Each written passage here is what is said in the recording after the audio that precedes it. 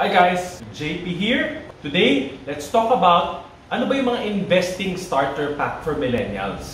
So if you're a millennial, don't miss this video because we have a lot in store for you.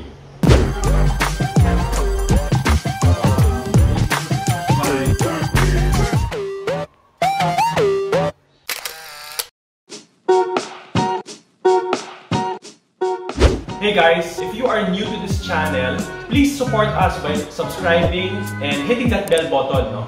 Para at least YouTube notifies you whenever we have new videos uploaded in our channel. Please feel free to share this video and channel to your friends and families because in this channel, we talk about how to improve ourselves daily by at least 1% in all aspects of our lives so we can achieve our fullest potential and achieve being fruitful and abundant as a person. So again, we would like to congratulate our two winners of the Halo GT1 earpods. Oh my God! Wow! The results, you can check the Abundant One Facebook page to see if you won in our raffle. Today, pag-usapan natin ano ba yung mga starter things that could jumpstart your savings and investments. This is a perfect time for millennials to educate themselves on how to properly manage their money. I wish I am still a millennial because when you're a millennial, there are so many possibilities. There are so many advancements in technology. Information is very available around us. Perfect time to if you're a millennial because you can now prepare ahead, you can prepare for your future, you can be better equipped than the previous generation, and at least pwede ka mag-prepare financially for you to enjoy an abundant life and experience life to the fullest. So just a shout out to my good friend Randall Tiongson, my brother in Christ and a really good mentor and friend. The basic framework na gagamitin natin today in our video is featured in his No Nonsense book. So if you want to also see his book, we will post the description down below. So ano ba yung pinaka-una na dapat nating malaman if you want to be in charge of your finances? So first of all, what you should track is yung cash flow mo. When you say cash flow, ito yung labas at pasok ng pera. Siyempre, if you have a regular income or you are working right now, at least malaman mo, magkano ba yung sinisweldo mo every 15th and 30th? Magkano yung net? Magkano yung binabawas sa'yo? Magkano yung actual na take-home pay mo? Ito yung cash flow mo going into your account. After knowing the inflow of money, dapat malaman mo rin how to track the expenses. You should find out saan mapupunta majority ng pera mo. It could be in meals, it could be in transportation, maybe you're already actively saving. So, lahat yung i-take into account mo. It is best na alam mo saan pumupunta yung pera mo para you also know if you should cut down on other expenses or maybe you could add more into your investments and savings. So, yun ang very first, you have to track your expenses. Kung kulang yung cash flow mo, kung kulang yung pumapasok na pera mo, this is also a perfect time to venture into potential side hustles. Right now, especially that we are all working from home, ito yung perfect time na pwede kang magbenta online. You can start supplying whatever the market is demanding right now or whatever the market is looking for. Pwede ka rin mag-part-time in other companies. Like for example, in the company that I work for, we accept part-timers who would want to venture into our business, which is financial advisory. You might also want to consider canceling some of your subscriptions, no?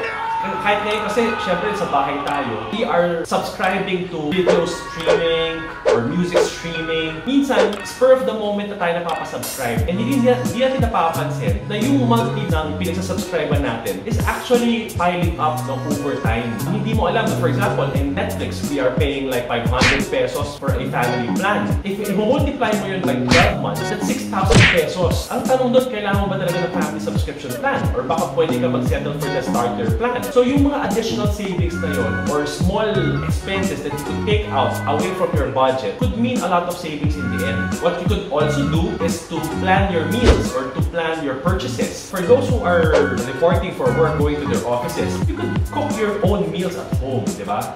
You can choose your ingredients, choose the food that you want to eat for for a specific day, and you can save a lot of money on those purchases. Also for Starbucks, no? We like going to Starbucks because of the ambiance. To be honest, you can brew your own coffee. Ako, when I started brewing my own coffee, and when I started that I should just be drinking black coffee and not much on the sugary coffee drinks, I just started doing it at home. I start my morning with the brewed coffee. I do it in the comfort of my own home.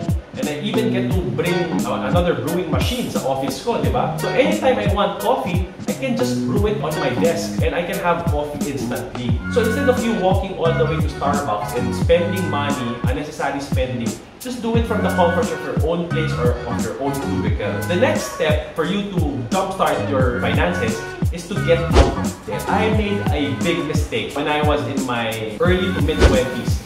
When I really got into so much debt, more than what I could actually afford to pay. Simply because I had the plastic credit card. Okay, I had the plastic with me at all times. I would swipe whether kailangan ko o hindi. Madalas hindi ko kailangan yung purchases. And because you get that consumer thrill, yung tinatawag nilang retail therapy. Pero, maaring if you didn't experience paying for it right there and then, but eventually after a month, you get billed. And more often than not, hindi natin na-realize na nag-pile up na pala yung mga purchases natin from the previous month. So now, we are forced to pay the whole amount due in our credit cards. And unfortunately, if hindi natin kaya siyang bayaran, we would have to probably partially settle it, or worse, we just pay the minimum amount due. So dito nag-start yung pag-build up ng debt mo. Once na nag-build up yung debt, and you continue to do that practice of spending mindlessly, again, the following month, meron ka ng lumang debt, meron ka pang bagong debt. What's really crucial and important in this stage is to really get out of debt. So how do you do that? First of all, ditch your credit cards. Iwanan nyo sa bahay. Or maybe bring a credit card na very minimal lang yung credit limit if wala ka pang discipline on how to use it properly. So as much as possible, limit your credit card expenses because kadalasan hindi natin siya na-monitor.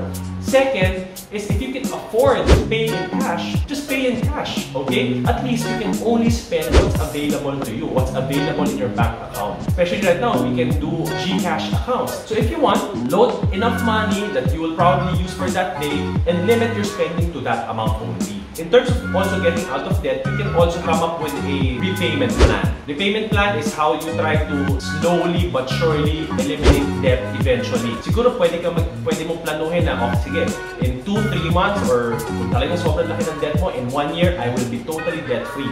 So how do you go about it now? Normally, you settle right away yung mga credit cards na maliit ang mga due. I-zero out mo yung debt mo doon, then right away, you cut all your credit cards. Throw them away. Pero make sure that you are also paying the minimum amount due or if possible, pay the whole amount if you can. Para at least you are taking the cards out of your sight and out of mind. So there, at least pag bayaran mo lahat ng credit cards mo, and ideally you would be left with one credit card, dun ka na ngayon magbigay ng full attention in paying that debt. Pero whenever you make payments to lessen the debt, make sure na hindi mo rin dadagdagan. Stick to cash payments or online payments, pero limit your spending. The third step is to set up your emergency fund. Especially that na pandemic, no? Sobrang aware tayo on how important having an emergency fund is. Emergency fund, by definition, is an amount of money that's available to you just in case something happens. For example, ngayon, wag naman sana may nawalan ng trabaho because nag-cut ng manpower ang isang company or probably nagkaroon ng salary cut. Magbabago bigla yung cash flow mo.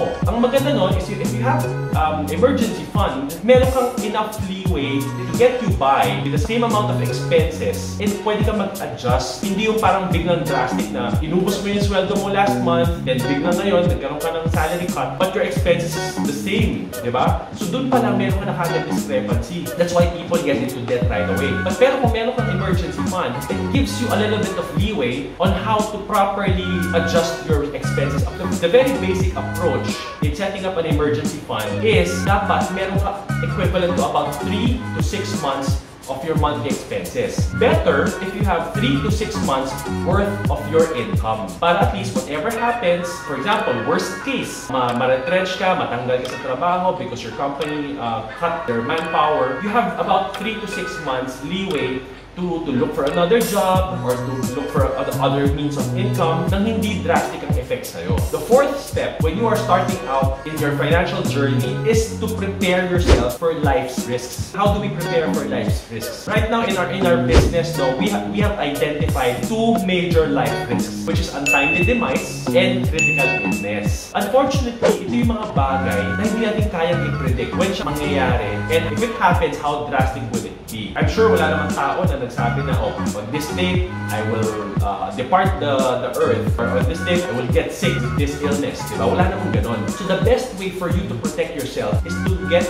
a life insurance policy or a critical illness policy. Why do you need this? Because at this point, we are all income earning machines. No? We are people that is capable of having income, of producing income. Ang importante dito is to protect our ability to make income or to generate income. Siyempre, if a person will pass away, that income will pass away with him. The same way na pag ang isang tao nagkasakit, critical illness, and hindi na siya pwede magtrabaho, titigil din yung income niya. So what is best is to allow someone, a company, to absorb that risk for you. Maraming tao, when they say insurance, they always talk about death and uncertainties, or some people don't want to talk about these risks. They don't want to entertain those ideas. Pero when you are getting a life insurance plan or a critical illness plan, ina-outsource mo yung risk. Sinasabi mo na, o kayo na lang bahala sa akin just in case something happens to me. And last is invest for the future. When you're done with all these steps, tracking your cash flow, getting out of debt, setting up your emergency fund, protecting yourself from life's risks, ito na yung perfect time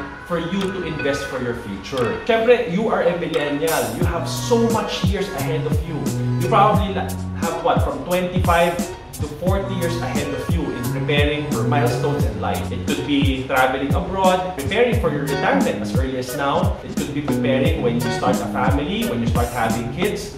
There are so much things that you have to really prepare for. And it's best na as early as now, hindi pa dumarating yung life stage na yun, prepare ka na kaagad. When you invest for the future, you should also understand ano ba yung risks na willing akong i-take? Ano ba yung mga available opportunities or instruments there na pwede kong paglagyan ng money na willing akong i-absorb yung risks? Because not all people will invest in the same type of instruments. Kasi may iba, sobrang risky, malaki returns. Merong iba naman, sobrang baba ng risk, pero sobrang baba din ng returns. So, kanya-kanya yan. One product doesn't necessarily apply automatically to another person. So, that's why it's best knowing kung ano ba yung tolerance mo for risk and looking for those instruments that will give you the desired return. At the same time, you can sleep at night with the risk that you are also holding on to. So, importante dito is whenever you invest for the future, take advantage of what we call the compounded interest rate or compounded returns. No? Sabi nga ni Einstein, no? This is the eighth wonder of the world, which is compounding interest. Because it allows your money to grow like a snowball.